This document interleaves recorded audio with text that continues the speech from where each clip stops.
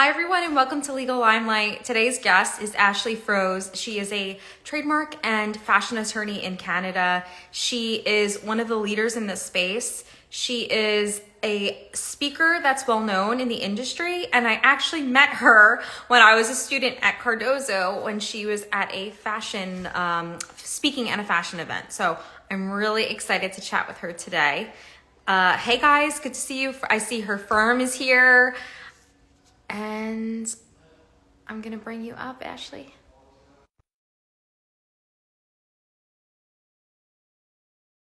Innovate lawyer.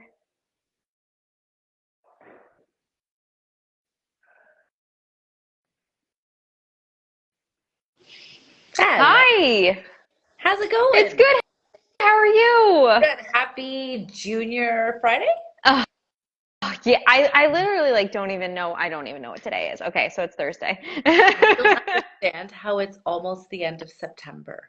It's crazy. I know. And where I live, it's we live out in like New Jersey has a countryside for anyone who doesn't know that. It's actually really pretty. So we live in the country where all the leaves are changing colors, and Yeah. I'm like, how did that happen so fast? Like all the leaves are on the ground now. It's Yeah, crazy. I get it. I tell you, same thing here. Same thing here.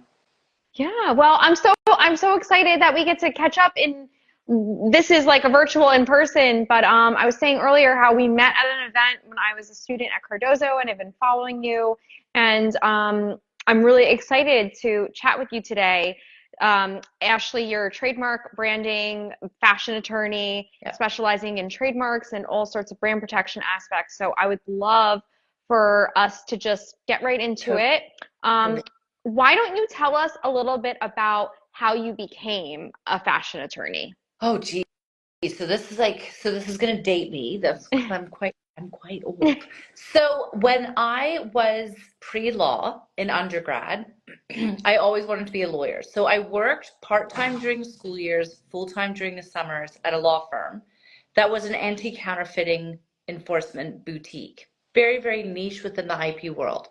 Worked there for, a lot of years before law. And because of that, I had a lot of experience. And because it was a boutique environment, you know how it is, the more you can roll up your sleeves Yeah. and get involved. So I was doing the work of articling students before I was actually in law school, Wow. putting together motion records and all of this stuff.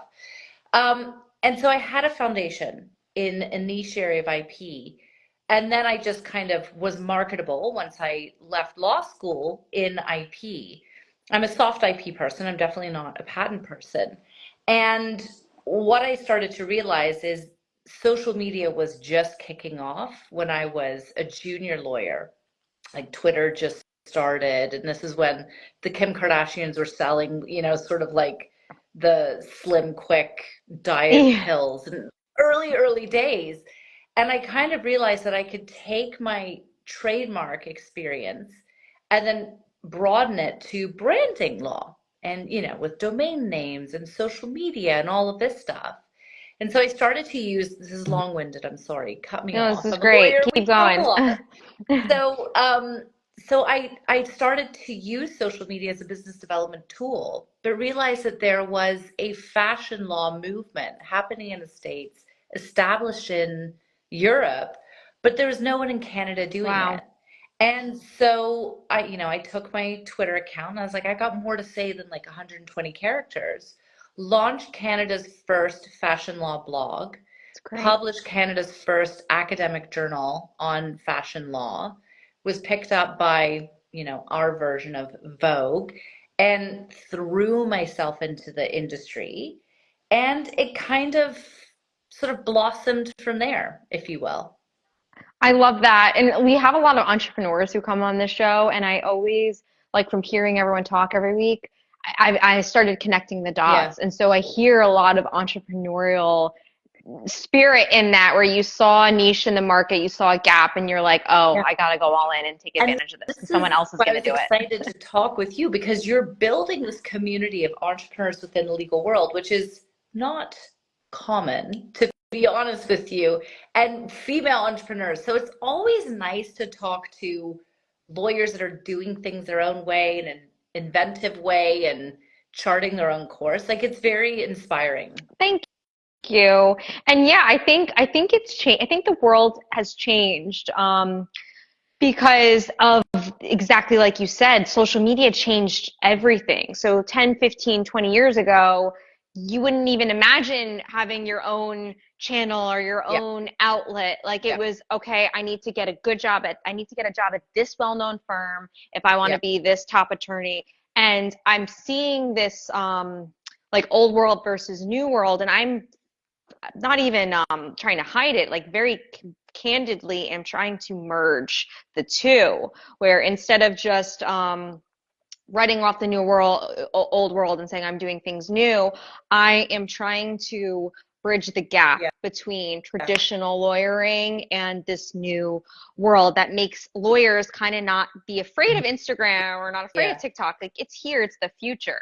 Yeah, it's so interesting that you say that because I believe that social media has democratized not power but leadership.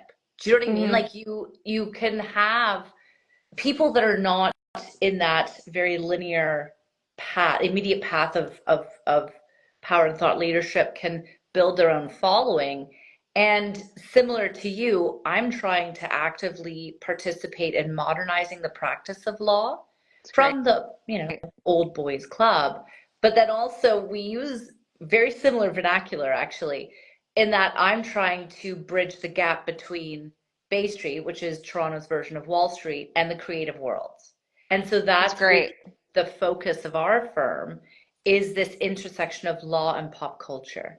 I love that. Yeah. I love that. So, have you found, since you've been doing it, how has your journey been? What have you discovered? Like, did you hit the nail on the head that this is definitely a need, and how have things been going? Yeah, for sure. So, I mean, my career, my legal career spans, I was called to the bar in 2007. So it spans, 14 years or, Yeah. so there's been, or 18 years or something. It's been different iterations. I will tell you that the first 10 years I was on Bay Street, fast track to partner in 6 years, moved around a little bit, did boutique, did big Bay Street firm. Bay Street again is our Wall Street. And, that was great in building the foundation and learning how to practice law well.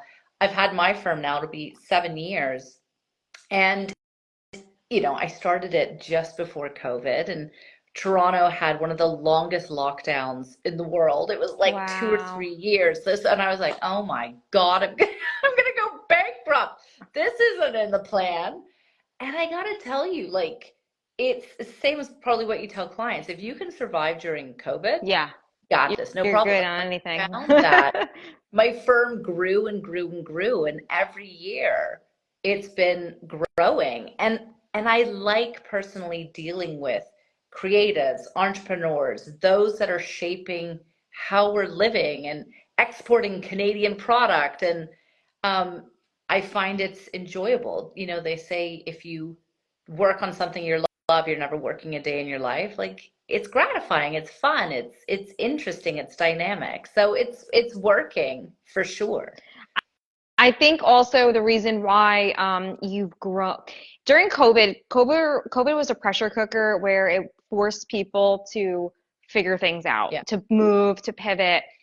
And I think that like when it happened, it did freak everyone out. But what you probably have seen, what can be attributed to your success was probably that you've already been using social media. Yeah. You've already been familiarizing Yeah. yourself. So Yeah. you just rode that wave where it's kind of like what I realized was everyone was at home, everyone was on their phones. Yeah.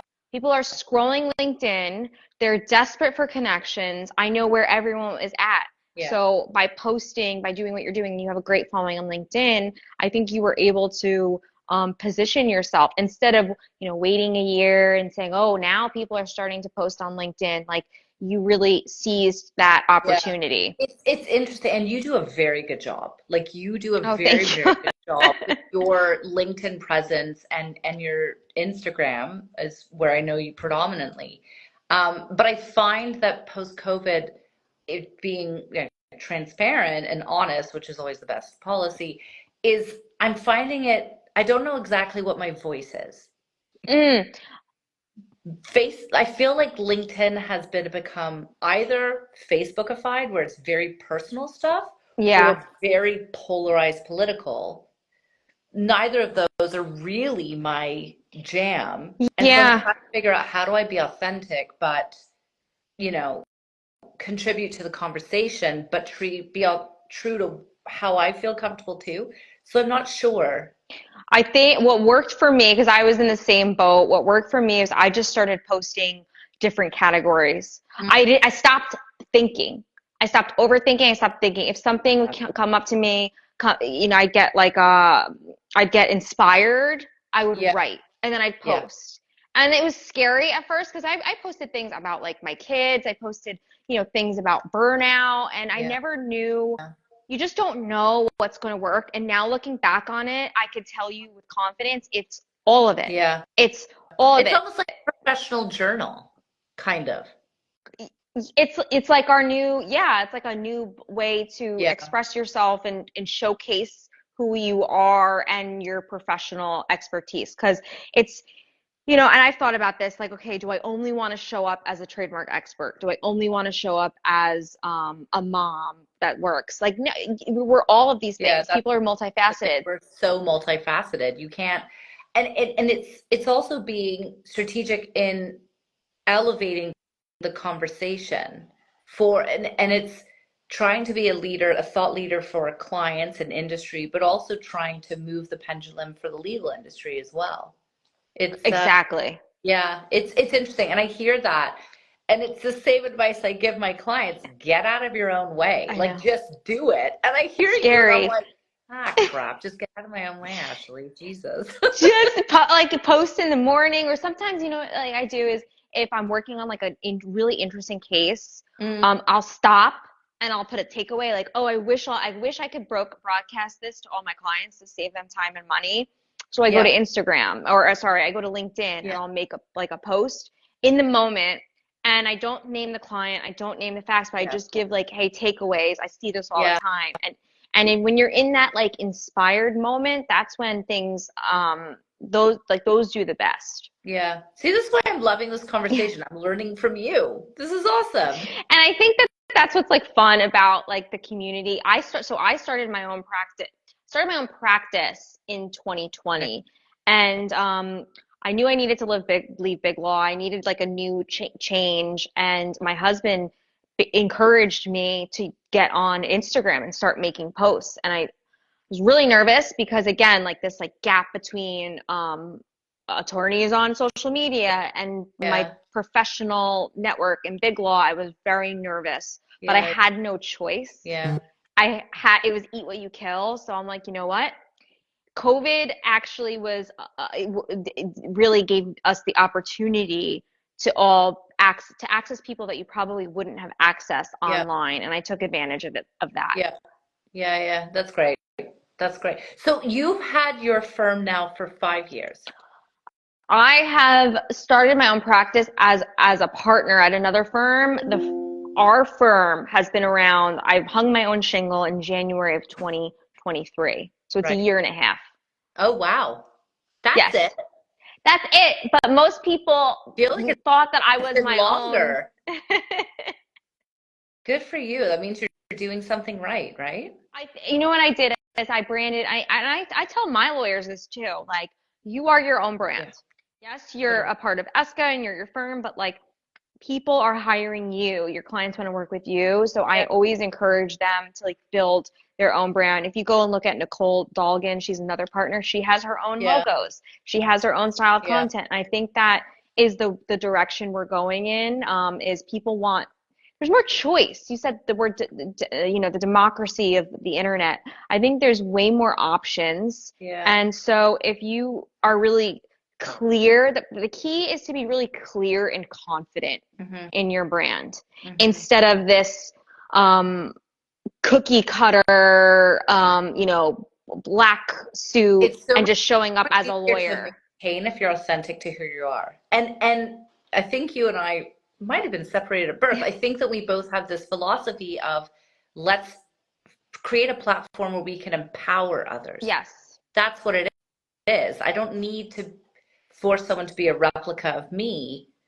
I would have just, I didn't leave Bay Street to replicate Bay Street. Do you know what I mean? You did it because you wanted to you wanted to help entrepreneurs, you wanted to do things your own way. And Yeah. I give you credit because you did it at a point where like now it's like very easy to like hang up a shingle, use Clio and Yeah. get your business. Like you probably did it at a time where may not have been Before. so easy. Yeah. I've noticed that, or easy or not, I think it just wasn't as common. I have noticed that post COVID, there's been a lot more senior female lawyers and some men as well that have left Bay Street and started their own firm. And there's been much more of an epidemic of it. Epidemic, which connotes negativity, but it's been a lot more common that before COVID, about 7 years ago, I think I was a little bit more of an anomaly because I left and I was a partner on Bay Street. Like I Yeah. had it cushy and comfortable and established and all of this, but I was like, I can always go back. It's not a irreversible decision. Let's bet on myself and see what's up. But it's interesting that I've noticed, and I don't know if you've noticed this in the States, there's more and more people sort of going out on their Yes. own. And let's talk about it because I like to talk about these things not just from a I want Big Law to hear. I want anyone who is running these firms to hear because the world is changing. Mm-hmm. And it's important to understand how different the world is and how they can continue to attract talent because people are leaving. And also for people who are thinking about leaving, I just like to have these conversations for both sides. So when COVID happened, it forced everyone to be home. There was obviously pros and cons to it. But I think the biggest pro was that people realized that they can still get their work done when they want, where they want. Yeah. And having that flexibility, whether it's as a woman or as a parent or as a human, right? Like I remember I couldn't get to the dentist. Yeah. I canceled my dentist appointment 4 times and they charged me like $100 every time I would cancel. I couldn't get to the dentist as a Big Law associate. I didn't go to baby showers. I skipped weddings. Yeah. It was just like, oh my God. So I think by having this like flexibility where, okay, I don't have to spend 3 hours on the train commuting into the city. Instead, I can have those free hours. I could still get the same amount of work done. Yeah. And talk to all the people that I need to using video while still being home. Yeah. So I think as long as firms are embracing, like we said, how we pivoted, they need to pivot. They need to understand that the world is different. Technology can still give you the same, but you're to retain top talent, especially with this new generation. Yeah. They have to give flexibility. Can I be contrarian to you if you don't mind? Yes, of course. Respectfully so. I don't know. Look, I did Bay Street and I thought that it was fantastic, and I won't denigrate having that experience. I think it was a big part of laying the foundation of who I am. And I think that also, Bay Street in its current form, it has a time and a place and it attracts certain clients and it attracts certain, professionals. But I think that there's a greater need for diversity of how do you provide these services. And so I don't know necessarily if Bay Street has to change or evolve. I do think that it doesn't have to be the only option. Do you know what I mean? And it was interesting when I left Bay Street pre-COVID, hybrid wasn't a thing, paperless wasn't a thing, on the cloud wasn't a thing. And I set up the firm to do that, to allow, professionals to operate how they integrate their profession and their life more with synchronicity. So when COVID happened for me, I was just like, well, I'm just going to take my second computer screen home. And, I didn't skip a beat at all in terms of pivoting but I don't know. I think that Bay Street can continue to survive how it is with the status quo because clearly they're still doing well. But I think that there's alternatives that are as viable as they are. That's my personal opinion. I like your point. And someone posted this the other day. They posted something that said, oh yeah, like big firms are they're charging too much, like it's gonna Yeah. flatten out or something. Yeah. And I understand, like there's clients that literally have endless budget and that want the top Yeah. weight shoe firm. Like Yeah. that will always be there. But I think the like understanding that we're in a new world and that there's Yeah. people who want different Yeah. things and work differently, Yeah. you know, it's considering that Yeah. into the evaluation because I And think different doesn't have to be different in less than. It can just be correct. different and an alternative too. I Yeah. think that, and that's what ESCA is trying. That's what ESCA is. And I Yeah. realized I thought like we were going to be, like one of the top boutique firms, and I realized we're not. Like, there's no one. There's no model in front of us. Like, we're Yeah. just trying to. And I don't look anymore. I just Yeah. am trying to build something that's. We do really, really high quality work. We use all the technology that we can, and we're just going to see where we Yeah. where we go. That's the interesting thing, I think, and that's why I like talking with entrepreneurs, is that there's no roadmap for your business. You can get the MBAs and you can get, the business plan guides, but that's generic and it's not for you per se. And it's a lot of kind of gut instinct and intuition, which is also intimidating because you're like, is this the right thing? Well, yeah, it's right for you and it's working. So I think that that's what makes practicing law so much more interesting. In today's world and Yeah. having all the options. And and going back to like, I just want to like circle back. The original comment you said was how now we have we're seeing a lot more people, women, Yeah. leave to start their own firms. And Yeah. I also think another reason is because not just flexibility, but the technology is so awesome. Yeah. Like we use Clio. We love Clio. Cleo's great. Cleo's And great.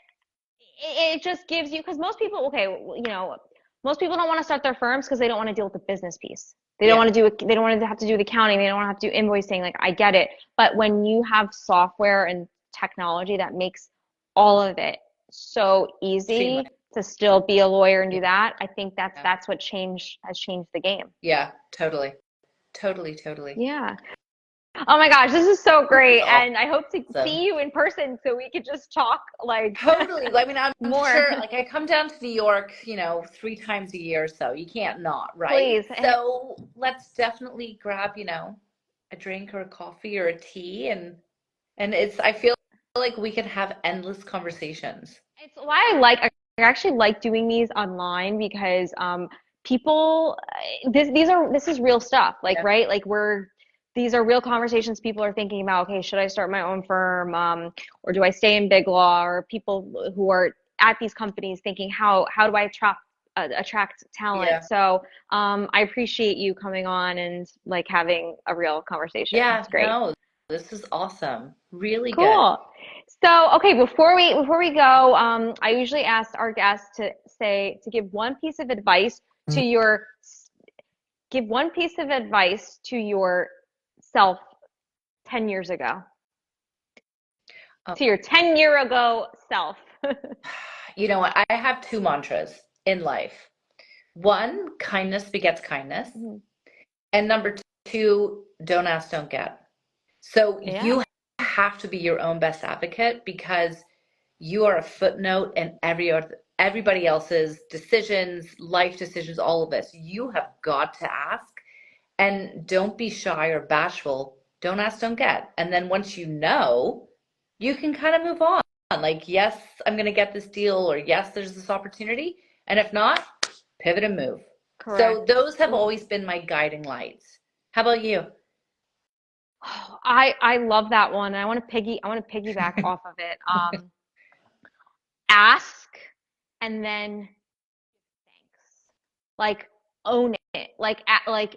I do this crazy thing that I'll ask for it. Like I'll say to the universe, okay, I want this. Yeah. And then after that, I don't ask. I act as if it already is here. Yeah. And it's amazing what that does to your psychology and so many things, whether it's like health or business, just like it gets rid of all the worry and the stress. Because if you have it already, you can't stress about it. Yeah. So it's That's like a awesome. hack. Yeah, no, that's great. That's great. This is awesome. Can we do this again? Oh my gosh, I would love to. We I should would love definitely. to do this. Like we can, we have so many, I'm learning so much as well. It's Oh, awesome. I'm glad. I know I haven't done anything formal. You know what? You could take any, for anyone too who's watching who's a creator. I've been posting content for almost 4 years consistently. And I think the main takeaway is because I don't really have time to do any sort of course, but for anyone watching, biggest thing is especially at the beginning, or if you're not sure, just post anything and everything. And then you'll start to see, like, it's like data. You'll get to start to see what you really liked and maybe what you didn't like. And then you go all in and diversify. Yeah. So like anything in life, you always diversify it, and be consistent. Yeah. Like, it's not enough to just post once a week. It's not on LinkedIn, you could probably get away with it.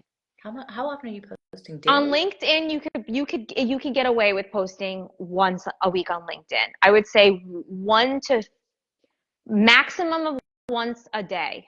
If you post any more than once a day on LinkedIn, it's actually the algorithm like isn't good. So I would say once a week to once a day on LinkedIn. Instagram, to get the algorithm going, you have to post. It's 4 times a day. It's 4 times a day. And you're doing that? No, you have people doing that. I took it back.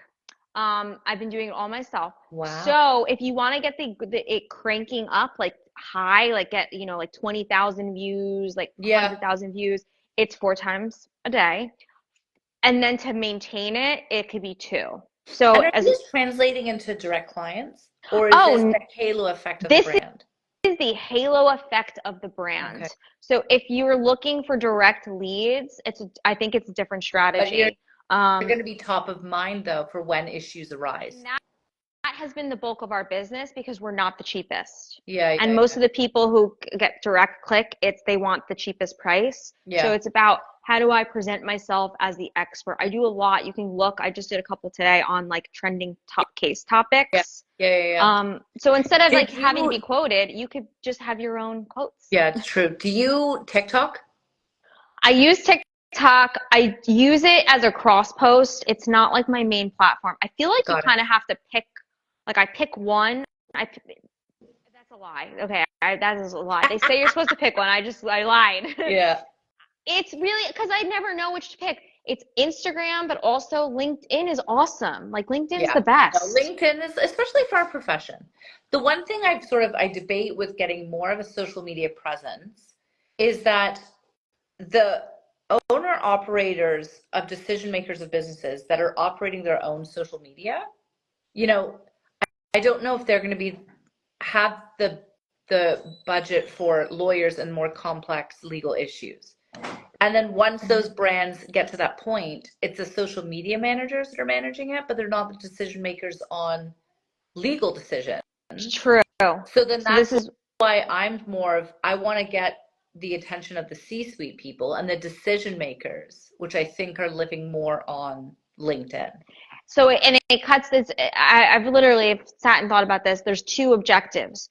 Yes, you want to reach your end client, but also you want to build a community and a brand and its influence, right? Even though we're not influencers, if you have 20,000 followers across all your platforms, that's influence. And then when the client goes, let's say they may not be directly on Instagram, but if someone says, "Oh, we want to use this lawyer," they now have this portfolio they look at. But the halo effect, the top of mind. I totally get it. There's too many things to do. I know. So you know what? Because I get analysis paralysis. I just do it. I just do it when I'm inspired. I do it in the morning. And I get it. I do it before I get into work. So it's just like check a box and done. Yeah. And if they bomb, I mean, some of them, but who cares? Worst case, you can take it down, right? Yeah, and even then, I just leave it. I'm like, whatever. Yeah. Totally. Yeah. This is awesome. Oh, I really appreciate this. When we come to New York, we definitely have to do this. And we should get like a group of women business owners together. I would love Like, I would love that. there's so many things we can do. It'll be exciting. This is great. So, and if you guys don't already follow Ashley right now, if you're watching live, you can click the arrow button and drop down and hit follow. But where is the best place, Ashley, where people can connect with you? I mean, you can go to my firm's website, frozelaw.com, and then, really, I use my personal one more for personal, like my Instagram more for personal. But if you want to keep updated, my LinkedIn is pretty robust. We issue out newsletters every week. We can give you updates on what's happening in the community and with our clients and legal updates. So we're out there. I But love we gotta get that. out there. Yeah. You're doing a fantastic job and ahead of many, many. We're in the minority. So I Yeah. always say that when I stress, we're still in the minority. People still are, a lot of lawyers are still hesitant. I think it's going to be a while before it becomes more mainstream. Yeah. So now is a great opportunity to Yeah. niche and continue to build your community. Yeah, for sure. Okay, big hugs. Thank you. This was awesome. I'm so good to see you, Ashley. And thank you everyone for tuning in. This was Legal Limelight. We're here every Thursday at 12 o'clock Eastern Standard Time, and we'll see you next week. Adios. Bye. Bye, Bianca.